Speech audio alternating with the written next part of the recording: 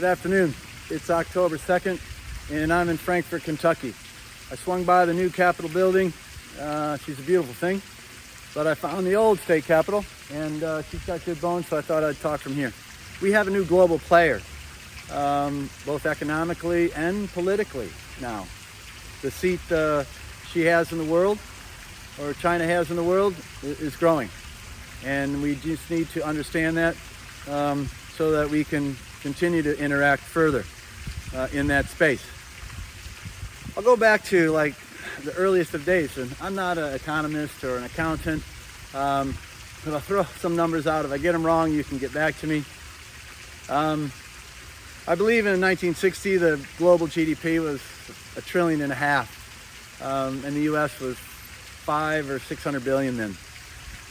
When we fast forward to today, in 2022, some 60 years later, the global GDP is at about approximately 100 trillion, with the United States being in the number one spot of about 25 trillion. China, the new economic player in the Far East, is number two at about 17, 18, 19 trillion, plus or minus, somewhere in there. So they're a powerhouse, or a growing economic player, and they're a growing political player in the region and in the globe. By the year 2000, we had significant foreign direct investment, some $30 to $50 billion a year, year on, and that helped build that country. Now, that was all the people from the West and all the people from the United States and throughout the globe that invested in that country to go forward in the world, both from the opportunities economically and or politically. Today's world, with 100 trillion, as I said before, the United States would be at about 25% or 25 trillion, plus or minus. China's the number two player with about 18 to 20%, 18 to 20 trillion. So they're a larger economic player, and in that they're a larger political player. The first 2 decades in the Asia Pacific, it was 2 decades of hope. Interaction, good dialogue, good discussions on the economic and political front. In the past 2 decades, I'd say they're more of 2 decades of moderate concern. Or in the contemporary framework, we may have heightened concerns about the direction economically and or the direction politically.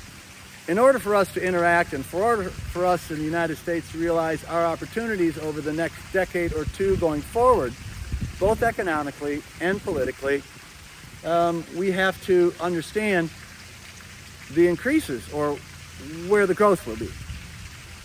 Estimates are in the next decade and 15 years that the global economy will grow by, again, $100 trillion. Now, whether it does that or not, I don't know. My suggestions or solutions to where the United States will be positioned in this growth: one, we should be engaging. We should have a competitive edge for our technologies. And in that, I should suggest the technologies around automotive or aeronautics or telecommunications are just that. They're possibly our new technologies in those areas. I would suggest that the transfer of these technologies, or the interaction of where these technologies go for manufacturing and with whom we share this with, should be looked at a tad more stringently.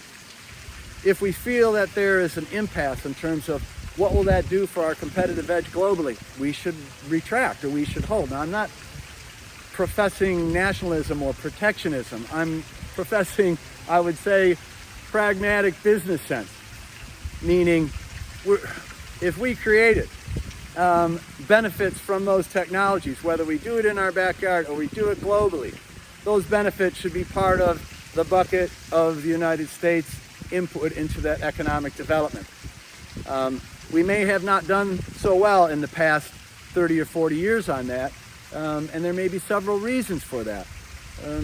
Was it intellectual property rights? Was it the level of the technologies that we transferred that we felt we were comfortable with doing so in those countries, or in mainland China for specifics?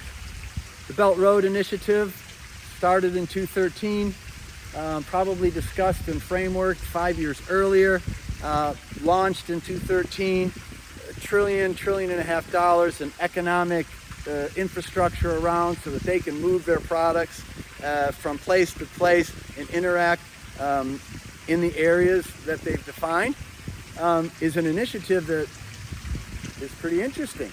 Do we know about it? Do we care to engage in those same areas? It hasn't gone all smooth for them.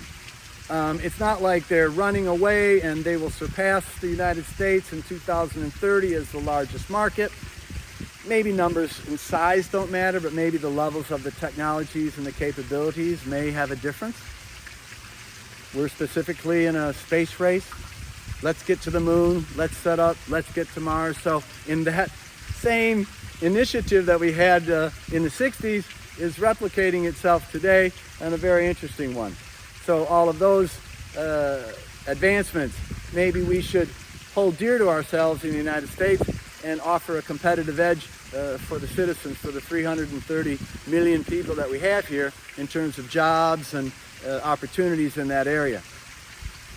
I don't know if you know or understand that there is a Made in China 2025 Act, it's law. There's a 2035 China Standards Act where they're trying to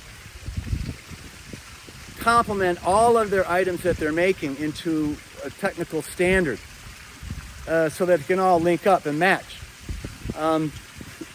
I dare say that some of the things that we have on the plate today throughout the United States, we're always trying to find which plug works and where to really go, and do I have that adapter, and which system and framework works with what. And it's a bit of a quagmire. And mainland China is looking at that, hey, they're going to try to figure this out. In 2035, 15 years from now, they're going to have a Standards Act where all of their gear will be copacetic. I believe I heard the other day a $600 billion package with a portion from the United States of 300 that's wanting to be put in place to counteract the BRI and those initiatives so that Western countries can be a part of that. Western countries can be a part of building in the African countries and in Southeast Asia, and have the position similar to the economic power of China and their lending and interactions because of that lending. We should be there. Now, we haven't been there. Maybe we're a tad short and we're a decade late, but that doesn't mean that we're out of the ball game. I'd like to understand if the United States even sees this, or is understanding of the opportunities and the fundamentals in economics and or politics and policy that are on our doorstep that we can interact with. It's certainly not all gloom and doom. It certainly seems a bit one-sided right now. It has been a bit problematic in the last couple of decades. We haven't taken issue with some of these areas of concern. It's about time we do. Our lawmakers need to look at it. We need to look at it.